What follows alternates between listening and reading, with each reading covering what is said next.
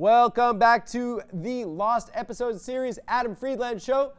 This next episode, we're really happy we could release it for various reasons. We couldn't for a long time, and now we got the green light. My guest is MAHMOUD Khalil. Khalil, of course, was a grad student at Columbia who worked as a negotiator between the administration and the Palestine Solidarity Movement. And early last year, he was detained by ICE and held for over 100 days. His wife was American, she was 8 months pregnant, and he was a legal permanent resident. Despite his release, his court case and his fight for against his deportation continues, and he continues to challenge the government's broader attacks on free speech in court. I think it's a really interesting, important conversation. I really hope you guys like it. Season 3, Adam Friedland Show, comes out in 2 weeks. Enjoy, guys. I'll be in Denver, New York Comedy, Town Hall, whatever. Ladies and gentlemen, MAHMOUD Khalil. Give it up for him. Hello. How are you? Good, good. Why do they put the mic pack on your pocket like that? I did actually. Oh, you did? No, hide it. Create the illusion. It's fine. Okay. People sorry. know that. No. Can we not start with an insult that I'm insulting you? No worries. All right. So this is, like I said, I'm being set up. I'm a goofball, and this is. I had your team send a list of things that could be funny, and I'm sorry, guys. I'm sorry. Are they? You need liars. You need liars. He loves plants, but he kills them all. That's hilarious. I don't kill them all. Oh, so they're shitting on you. No, I think in one of the worst. You're a civil rights hero, and they're telling you say that you kill all your plants. No, Noor, my wife, like she's holding a grudge against me because I killed her orchid. Okay, so and they talk to your wife about all the things that are bad about you. Great. So. You're an old man in a 31-year-old's body. Haven't you been through enough? Why are they writing this? Is this a roast list? Your team's idea. Listen, you have 30 lawyers? I mean, on one case, but. On one case? So how many? What? I have like 6 active cases now. It's a lot to keep track of, but yeah, at least 30 on the main case. Like 30, and then publicity, you have like 50. I mean. You got a book deal? I do. Are you signed at an agency? Yeah. Who are you with? With Metropolitan, with Macmillan. Mac Miller? Macmillan. Macmillan. Yeah. Okay, that was a good joke. That was a funny. That's a lot. But, do you have are you at an agency? You should start. You're maybe acting a little bit. No, I'm no, not. I already have enough now. So you have as many lawyers as Justin Bieber right now, and publicity. Just like, but people for nothing. To me, like I did nothing wrong. For going to college. Literally, like nothing. Like every time I think about it, I was like, why do I need all these lawyers? Like literally nothing. I think we should now stop the goofing and no more laughing, guys. No, anything else like? I mean, these are atrocious. You guys need to just lie. You need to be like, he's the one of 2 people that know how to flip and sing, besides Benson Boone. Let's get into you. Palestine has been a seminal issue of, and it's really happened in the last 3 years. What's happened to you in the last year? So basically, in March 2025, like about a year from now, the Secretary of State designated me as a foreign policy threat. Yeah. For what? I don't know, like foreign policy threat, and like to me that was. You thought you'd change their mind or something? Doesn't look like it, you know. No. Like we're still sending more and more weapons and money to Israel. Well, but what is a foreign policy threat? Do you know? Like, I mean, it's just like a statute from. It's from the 52. Actually, it was brought or it was used to prevent Jewish immigration into the country. Oh. So they want to prevent, the communists from coming into the country. So they came up with this statute in 1952.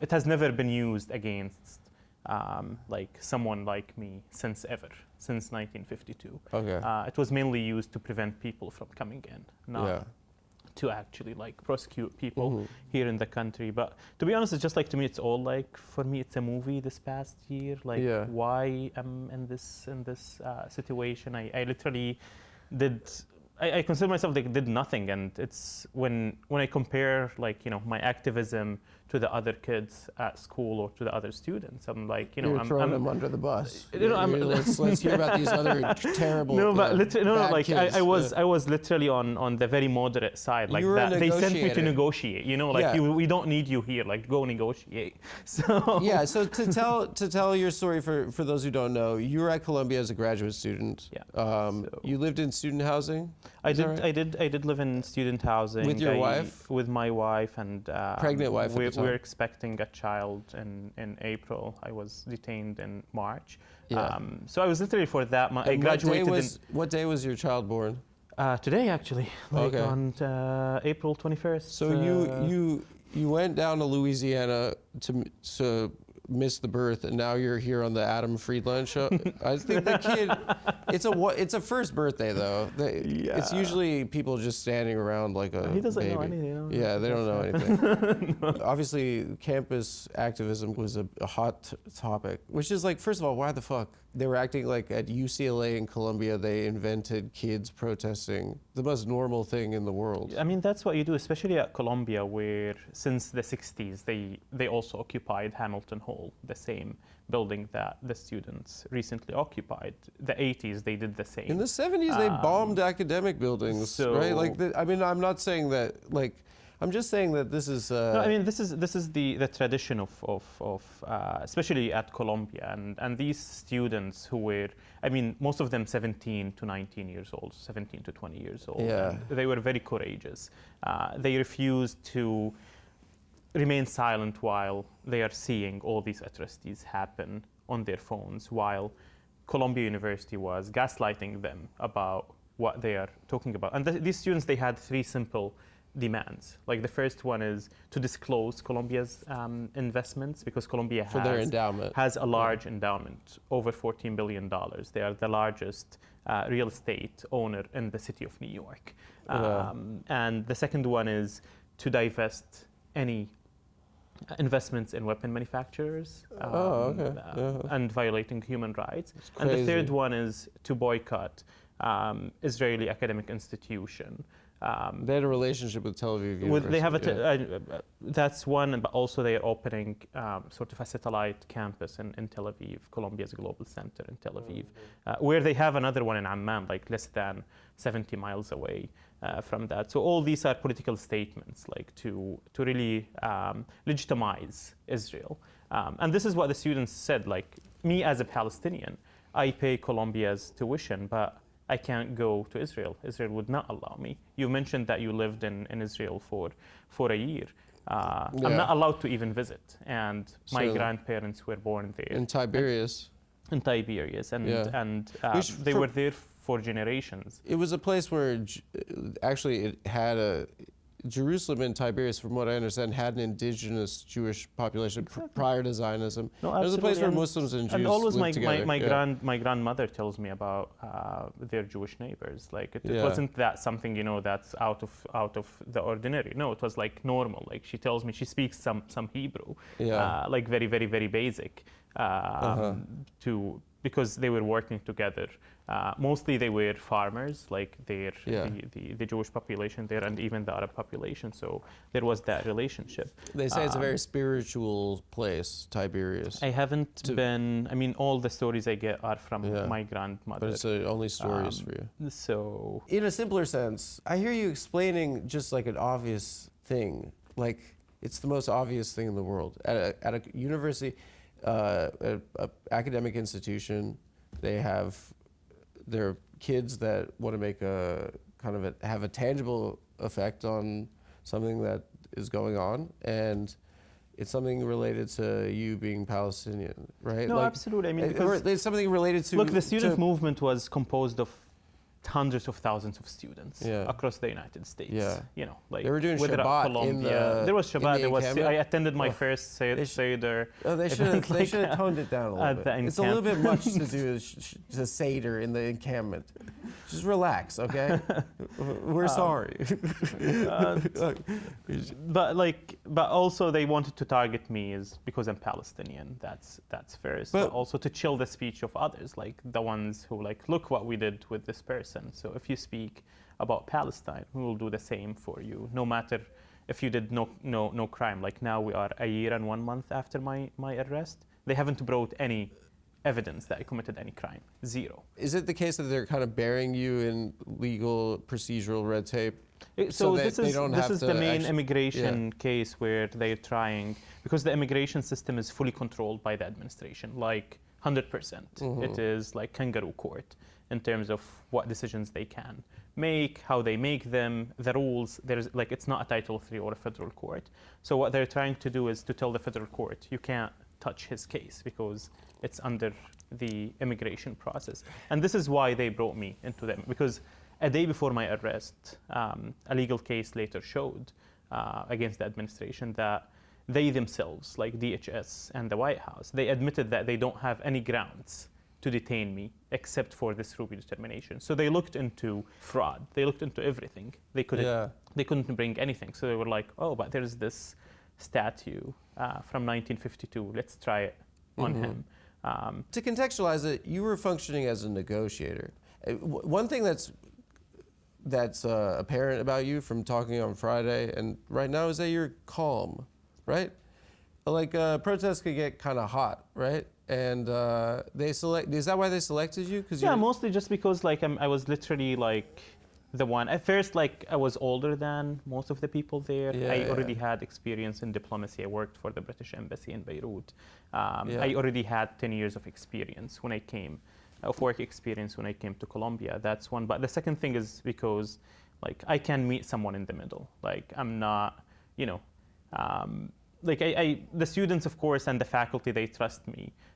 They trust my judgment, but also that I'm not there just like, you know, to talk. No, I want to get results. I can meet people in the middle. I'm usually calm. I'm very calm, like more than I should be, maybe. Yeah. Well, no, it seems like I think what's necessary is that like understanding how you became calm. I mean, I think like you were born in Syria, is that correct? Yeah. So I was born and raised in Syria in a Palestinian refugee camp in southern Syria. So you were third generation? Second. So my parents were born in Syria, and then my grandparents were born in Palestine.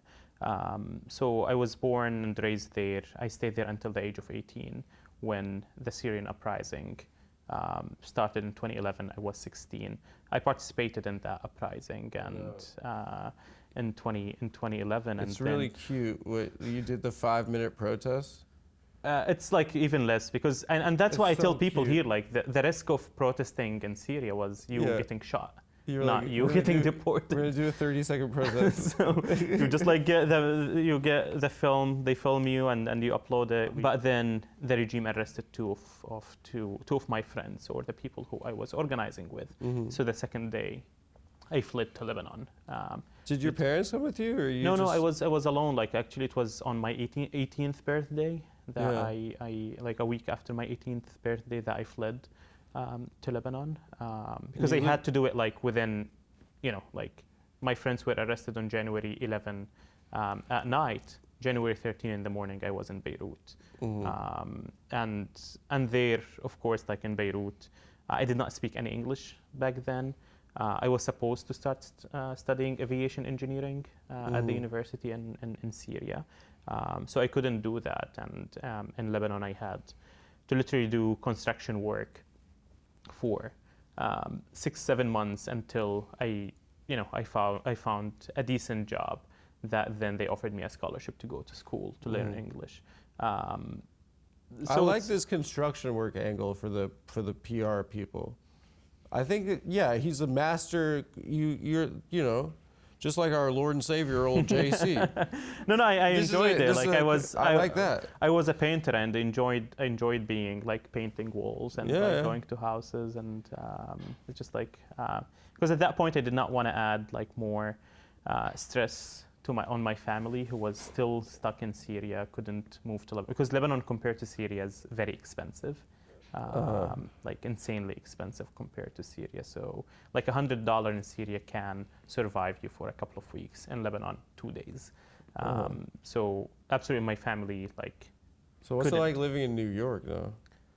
No, I mean, I love it. I mean, But it's gotta be like, you gotta be like, this is crazy. no, it's absolutely This is great. And insane. because in Lebanon, I lived in Shatila camp, which Yeah, is one of the of most, course, you know, from- like yeah. underprivileged communities, like Palestinian community. And in also there Lebanon. was a massacre. And there there. was a massacre committed by Israel and their Lebanese allies back in Yeah, 80, the Phalange. 82, Yeah. Phalange.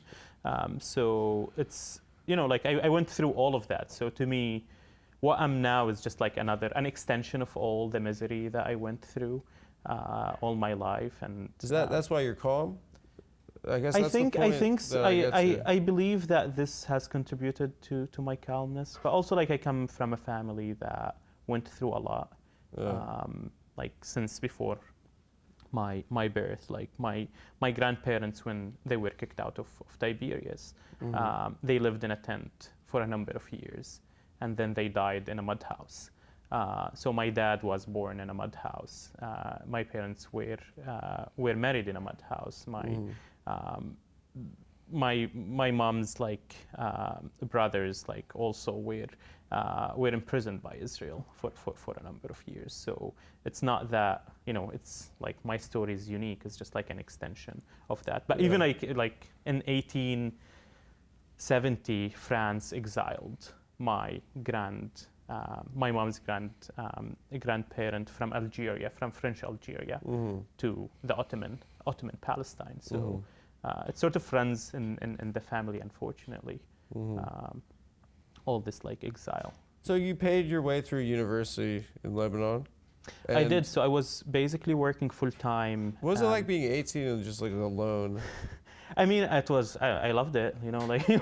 with your family. You party? And then partying and going around. Beirut is the best city for It's partying. the Paris of the Middle East, Exactly. they say. So I honestly liked that part. You had the beach? Yep. Yeah. Beach, mountain, and That's beautiful. But I mean, the country. first year was really tough because I was basically I imagine. trying, because in Lebanon everyone speaks English or French, and Yeah. you know, I'm that guy who. So how good at English did you get? If it's like if people are multilingual, how did you meet your wife? I guess like she. So when I was in Lebanon, I was working basically. I was running schools and refugee centers for Syrian refugees, and one of the programs we had is to bring international volunteers to teach English to refugee kids in Lebanon. So Noor, my wife, who's American, born and raised in Flint, came on one of these trips to teach English. So we met at this program, basically back in 2016. How did you fall in love? I don't know. I mean, we It spent. seems like she was the one that was like, we're getting married. I mean, yeah. So, It's cute. we spent like a month. It was a group of 30 people, so mostly Americans. Yeah. So we spent all that time, and at that time, like I was running the program, so I did not have time really, you know, to. Oh, that was. Yeah, but then afterwards, like we talked, we met, like a few months after, and I mean. You started as friends, and then. Yeah, Oh, like cute. a few months in, we were serious. But then, you know, long distance for a couple of years. But I got a scholarship to Colombia in 2018 to do a short course, an executive course at Columbia. So What I was did that? To be like a CEO or something? It was like something emerging leaders in nonprofit management, something like that. Your desire was to be like to work as So my what was it, desire like was most of the time like work in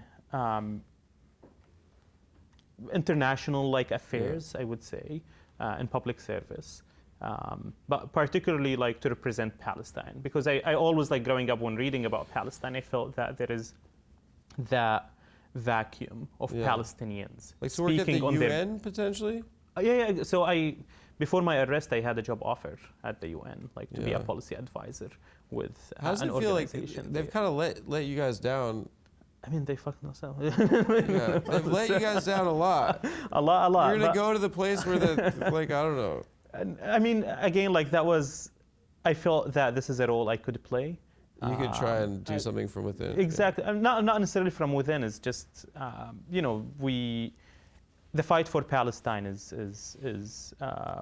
requires every avenue. And that was an avenue that I felt I can contribute to. But also, like, more importantly, like, I wanted to be a voice for my people. I felt that, especially in the United States and following Edward Said's journey here, because that was like the only example. I mean, we come from a very different like backgrounds, like Edward Said and me. Yeah. But like I felt like there is so much need for Americans and the people just like to hear Palestinians, because we always hear others talk about Palestinians, what they want, who they are, but they don't. We talked about this on the phone, right? And like, I think in a tangible sense, like the kids at Columbia wanted to do something that was tangible. I think Palestine has obviously been a seminal issue, especially for the younger generation, that has emerged only recently in the States. But does it feel sometimes like a little bit of that, sometimes the advocacy could be disconnected from actual Palestinians that are actually dying? It could be, yeah, absolutely. I wouldn't say it's malicious or any of that. I think it's just like there isn't too many Palestinian voices here, but also to center Palestinians here, it's a bit tough because a lot of people here, they only read the theory of resistance, the theory of who Palestinians are. Yeah. Like at Columbia, there were only like, I think, less than 10 students who came from Palestine, actually from Palestine. So it was so difficult. And these students tend to be very risk averse because they have so much to lose. I can imagine. I mean, I'm a living example of that compared to, other kids or other students in school who have some sort of privilege. They can get arrested or they can risk arrest. They can, for them it might be like Palestine is only like a few years, but to me it's like my life is Palestine. So the dynamic is a bit complicated when it comes to that, but I don't think it's malicious. It's just like also everything happened so fast. Right. Like the encampment happened about a year and a half after October 7. But also before the encampment, like actually no less, 6 months. It was in April 2024. So yeah, 6 months. So like it was so fast. Like so everything happened so fast, and you find these students being put on this national, international spotlight in a second. Like when the encampment happened, and none of them is media trained. None of them like what they care about is to actually get the university to divest, to get the university not to use their tuition fees to kill like people. So they've only known Netanyahu as the prime minister, right? It's 17 years. Yeah. So their entire lives, like they've only known. No, I mean before him was Bennett, who's more No, yeah, Bennett. Yeah. So they've had some goofballs. Yeah, they've had some real wacky guys.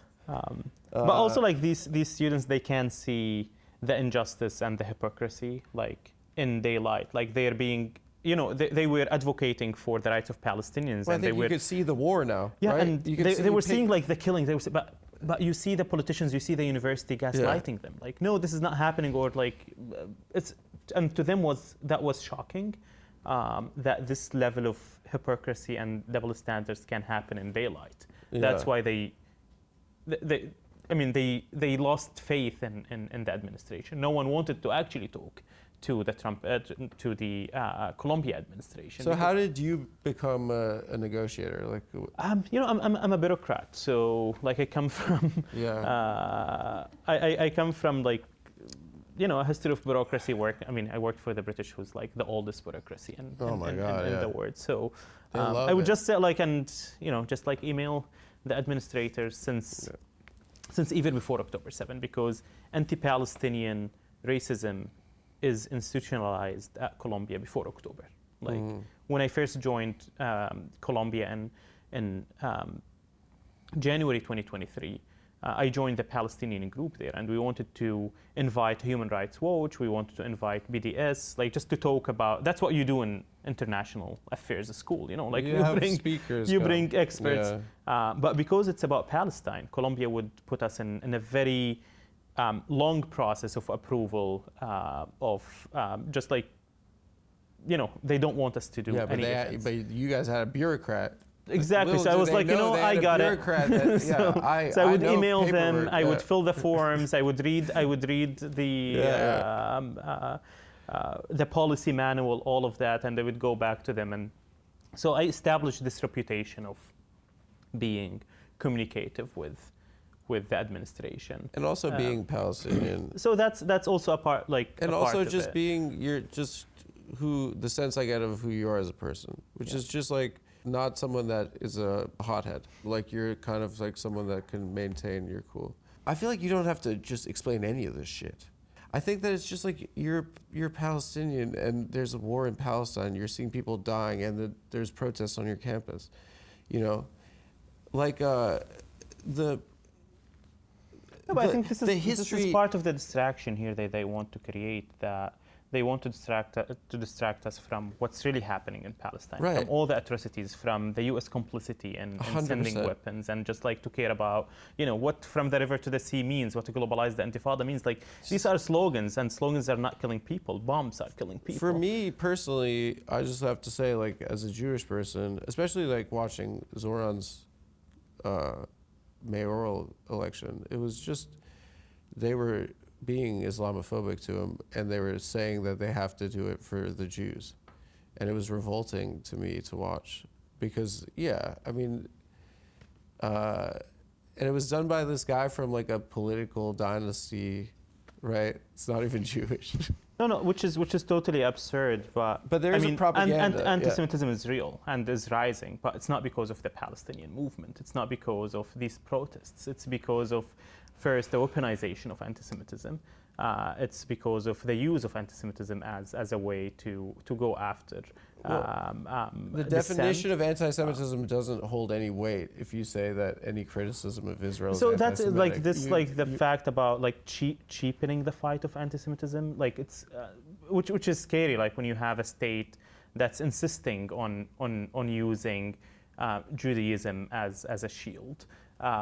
It has them again. It is a Star of David. So and they're seeing atrocities. It's like, and this is what I've been saying. Like again, here that's the only deflection that they can have, because who wants to be an anti-Semite? No one wants to be an anti-Semite, and that's what they use as an attack. Like, oh, you're anti-Semitic, because they're really weaponizing that, and this is what's cheapening the fight against anti-Semitism. I think that when I hear the narrative of the Palestinians, this is something that dawned on me when I was younger, like the narrative of you being in a different country, second generation in a refugee camp, learning what happened in Sabra and Shatila, like learning about the Nakba. It's correct me if I'm wrong, but it feels like you're unwanted people, and that's what Jews were for 1,800 years. And it bothers me that more than the anti-Semitism thing, it bothers me that it feels like there's an erasure of that, of who we are, and that if anyone could understand what it's like to be a Palestinian, like to be people that are unwanted and just kicked out of their homes, and then they go to a new place and they're not wanted there, it should be Jewish people. Yeah, and I mean, this is why our greatest allies are Jewish people. No, you don't have to say that. No, I mean, no, I would say we do have that, and I'm not like we have Jewish Voices for Peace and Bend the Arc, and if not now, who are like really feeling that being Jewish values are about social justice and what's historically, happening again. I always thought that was cool because I've said this before, but like my dad and mom moved to Los Angeles because my parents lived in South Africa. They went away to university, they came back, they got married, and then my dad got called up to Angola to the Civil War, and they were like, you know, my dad's a real coward. He's a Jane Fonda, you know, he's a real beatnik, you know. No, so they didn't want to raise their family in a fucked up place. But the white people that, including family, friends, that a large proportion of the people that joined the struggle and joined the ANC were Jewish people, because we understood what prejudice is. But I would say like this is what Zionism is about. Zionism is about erasing the other, erasing like the Palestinians, erasing their stories, their history, their connection to the land, to create that central colonial entity that's Israel. But historically, I mean, I wouldn't nerd now like about what Zionism is. I mean, beyond that, it's just like, I don't know, we didn't have beef with Muslims. Yeah. Like the reason after the Spanish, this is so boring. Okay, but after the Spanish Inquisition, the reason they went to the Middle East, they went to Morocco and to Palestine, and they were permitted in Muslim countries after the church. If you're looking at the body count, you know, the church is crushing it. I mean, they're world champs. I mean. No, I mean, I think it's like a little bit like, it's strange to me that, because another misunderstanding about the whole conflict is that this is something that's existed for thousands of years. It's not. Yeah, I mean, Muslims and Jews fighting each other. Look, like I mean, like there was Palestine, or the Levant area, like Palestine, the bigger Syria. It was a place of refuge for so many people. You had the Armenians who fled the massacres against them, settled in Lebanon, Syria, and Palestine. You had the Caucasians, the Greek. So it was a place of refuge. Like, and my mom's family, they found refuge from Algeria in Palestine. So it wasn't like something that's out of the ordinary that to receive Jewish refugees or to receive anyone. It's the fact that this group of people, they wanted exclusivity on the land, which then stirred all the problems. And before the Balfour Declaration, everyone was, I would say, oppressed under the Ottomans, whether they are Muslims, whether they are Hassan Piquer. No, right, like literally. And has he apologized? Okay, I want to talk about Louisiana.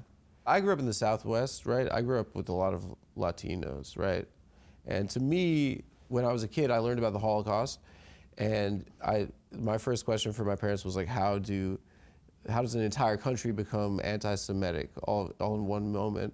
And what happened was, it was invisible largely. There were people that were taken, and they would see Jews get taken, but then life in Germany was, you'd go to the office the next day, you know? You'd have a Christmas party, you get a little too drunk. It's not invisible. I think it's people choose not to look at it. To me, I saw Los Angeles, I saw the Marines in Los Angeles, and then I was like, oh yeah, I'm going to the office the next day. You know, my life is not really disrupted, right? You found yourself in a position and growing up around a lot of Mexican people, primarily Mexicans in the Southwest, they are people that strictly want to make more money for their families, you know? And people that come here to work too, you know, like that make our lives much easier. And people that are invisible too. They are the most vulnerable people in our society. In Minneapolis, we saw 2 American citizens get shot. There was an outcry. We saw an entire American city under siege. I don't think the question is being asked about what's been happening to these people now for years. What was your experience like in detainment?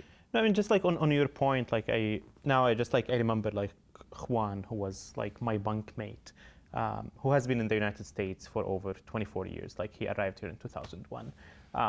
And it was like his second night, and he was just like so shocked that he's in detention. And he tells me like he's a father of 2 U.S. citizens. Like his daughters were 9 and 2, I believe. But also he tells me like, oh, I have a roofing company. I paid last year over $300,000 in taxes. I was picked up from my workshop. And to him, like he felt that his tax papers like were his way out. because he felt he was doing everything right. Like he was picked up from work. He employs like over 20 workers. And that was the type of every single person in detention. But what really broke them was the fact that they're being so dehumanized on the news, being called all the names.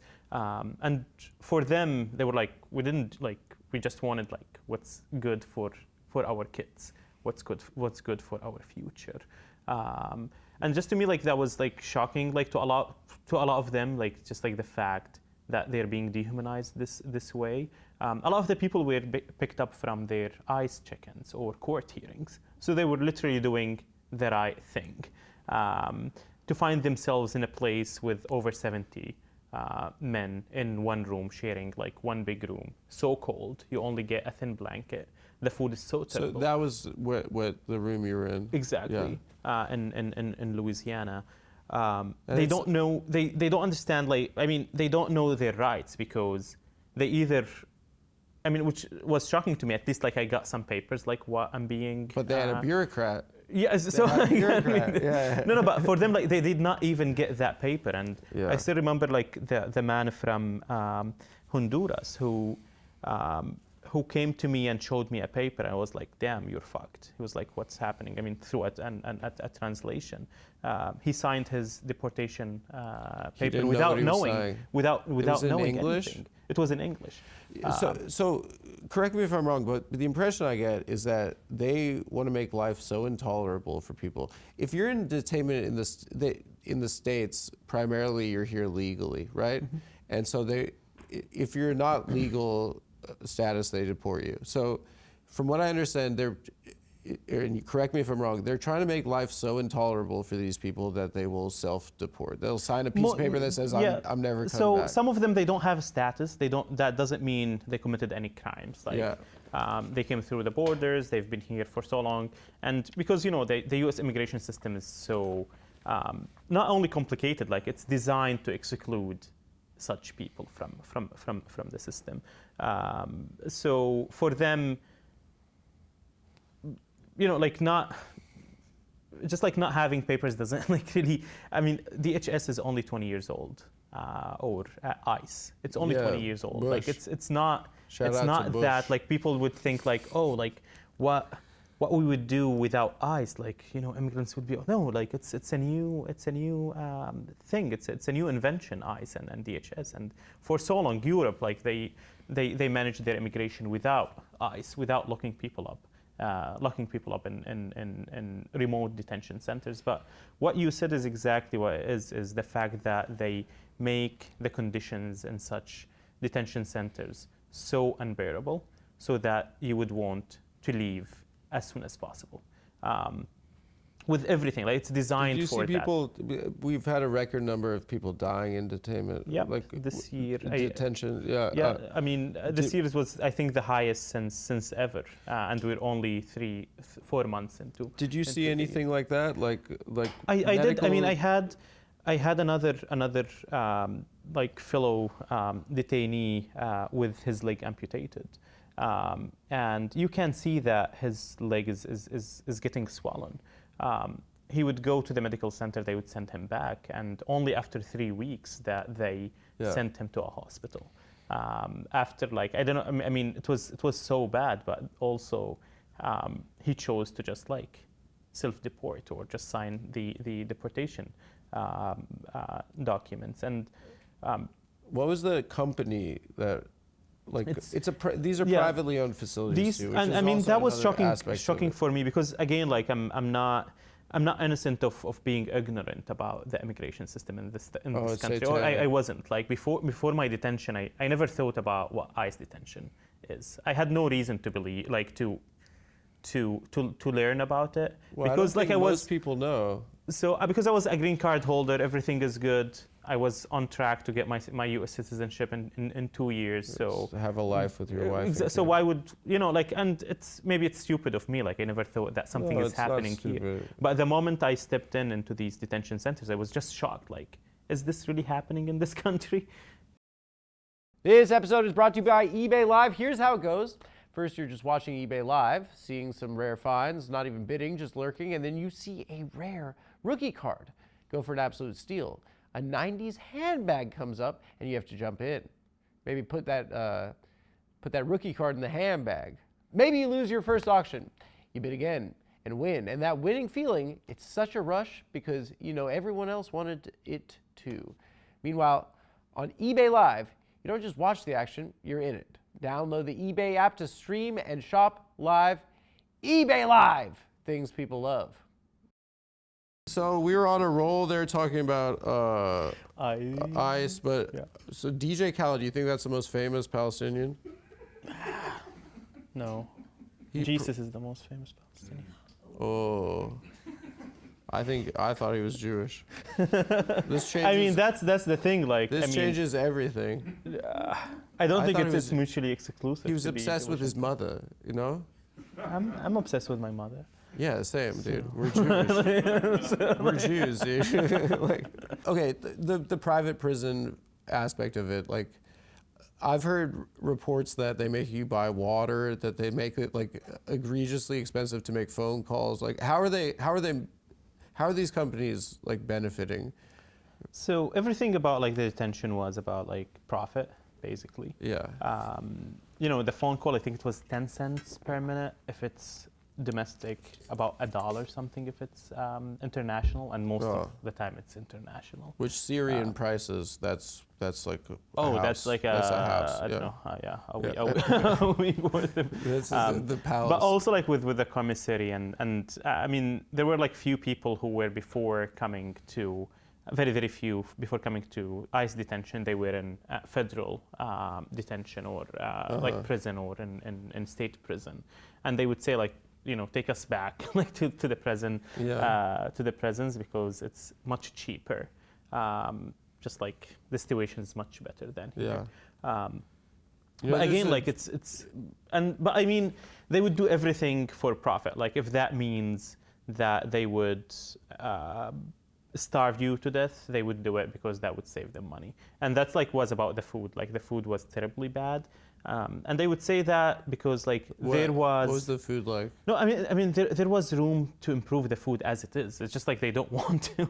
The food was like literally beans, different color every day. So one day we would have red eye bean, another day black bean, white bean, with some rice and I mean, depends on the day, but like very basic. I was on the vegetarian meal because I tried the meat once and it was like eating mud, literally. I had to throw up and go to the vegetarian meal, which means like you would never get full, so you're always hungry. So I lost like 15 pounds, which was, I mean, not bad. Ozempic. Yeah. Probably your team. Your team's got you on Ozempic now that you're Hollywood. Yeah. No, at least 15. So, yeah. I guess. Do you think about the people that you were with there, and how do you connect the refugee story with these individuals? You know. I mean, you know, like being a refugee is just like looking for a better future for yourself and really. You know, being whether persecuted or just like fleeing a bad situation. And no, I always think like I remember the moment I left ICE detention when I got released, and the only feeling I could have is really crying about the people I left behind, because that was the first time I see the detention center from the outside. And as I was walking, there were reporters there, and they look behind me, and I could see the yard where we would have like the timeout like there, and I just got like cry because like a minute before I was inside with them, just like. And you have a name too. Like a lot of these people are nameless. That's I mean the biggest like to me I was very lucky, very privileged to have excellent lawyers on my team. Let's give it up for these guys. What about dirt But shorts? that hurt me because someone like that. because most of them they don't even have one lawyer.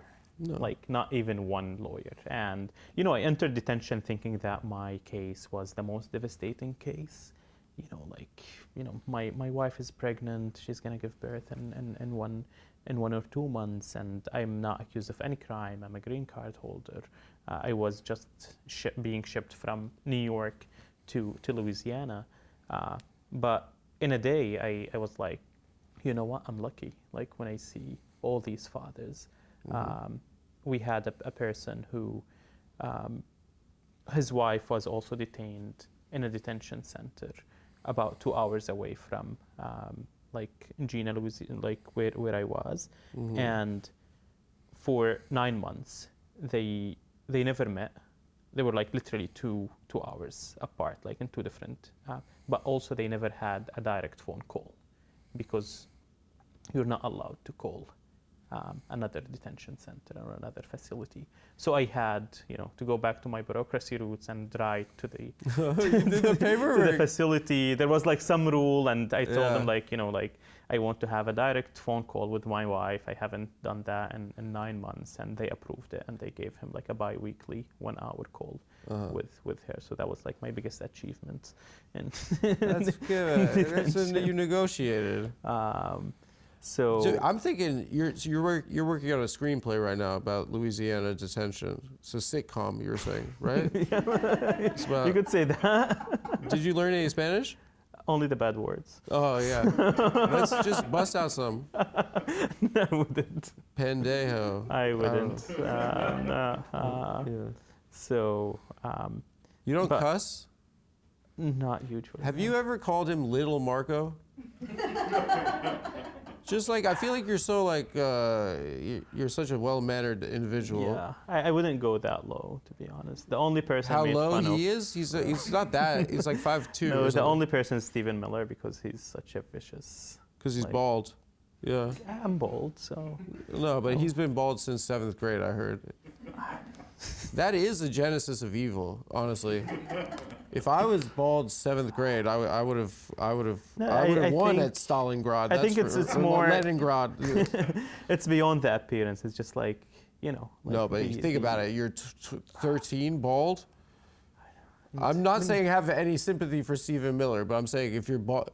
My friend went to his high school. You know about what happened? When he was defending he went torture or what? He ran for student body president. He got booed by the whole school. Oh, no, this is, you need to know this T on your, this is his main op, okay? So he was like it was like liberal Jewish, Santa Monica, California. Have you been to LA yet? Once, yeah. All right, cool. Yeah, it was a bad experience, but. What, was it? I ended up in that neighborhood. So we wanted to go. It's always good for 3 days, and then you look around the room, you're like, everyone here's a moron. No, it's just like we wanted to go. I was with Noor, and we wanted to go to a restaurant to have lunch, to have dinner, and we found that Persian place, and we went to. Like I had no reason not to go to that place, and like while we were around the end of our dinner, I could see like a couple of tables they're giving us like dirty looks. Them boys are. No. But then they just stood up and just like starting chanting "Am Israel High, Am Israel High" for like 5 minutes, and they felt like so awkward. Those guys, they went into the encampment at UCLA. Yeah, so that was them like and the Proud Boys.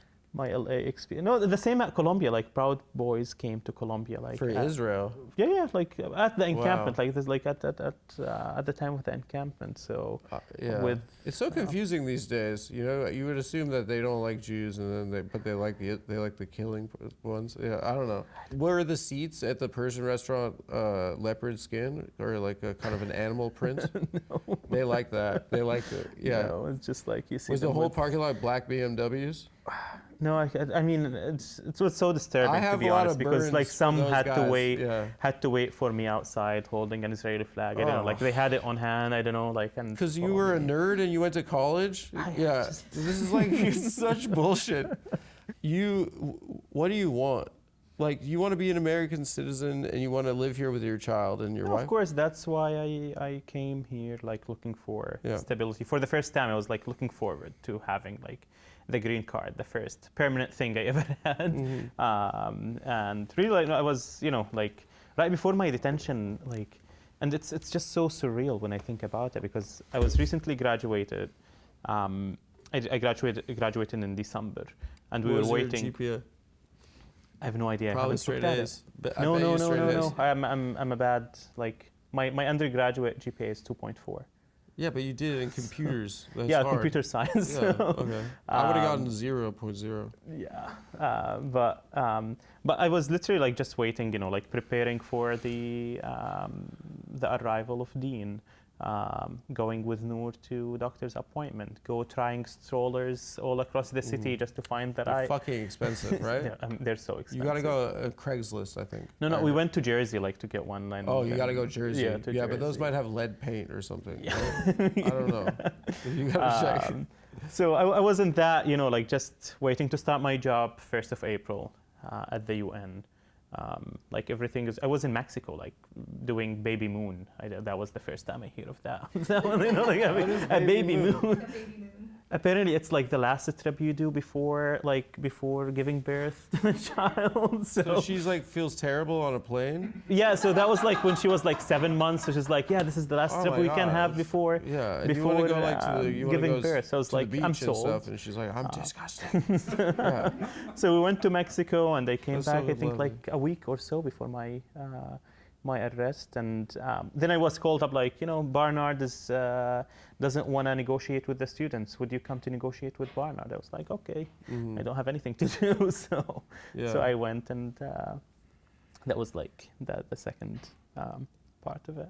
And so, as you said, you're one of 10 Palestinian students. Less maybe, and not. I mean, there are like first, second generation Palestinian students, but I was like less than 5 maybe of Palestinians who lived, the exile or even under occupation. And so, is that, you think, when you think, because they haven't presented any evidence, you haven't had the trial yet where they say how you jeopardize the foreign policy of America. They have not, because they have nothing. But like, when they targeted you, what do you consider to be the source of that?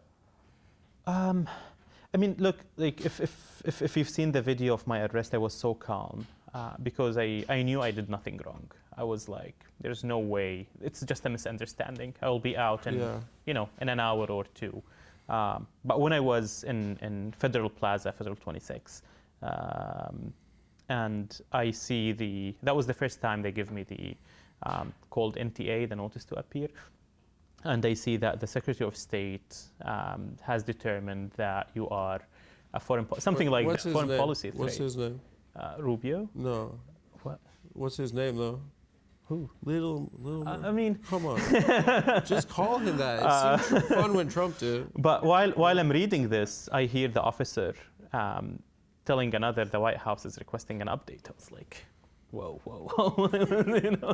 What's happening? Trump was like watching. The White House is requesting an update, and to me, like literally at that point, like what I did is just protesting, and this is the most American thing you would do in this country, like to protest. That's like what that's the First Amendment. Rule. Yeah, it's the First Amendment of America, right? And they say the second is there to protect the one. So I was like, that's the second one is really important to us too. But the first one is that's what you're. No, that what shocked me, because like there wasn't like any crime I committed. Like it wasn't that, because in his determination, Rubio says that his actions, although lawful or otherwise lawful, possess a foreign policy threat. So like he sort of like conceded that all my actions were lawful. Yeah. Like how would I know? And again, like that's what we've been talking about like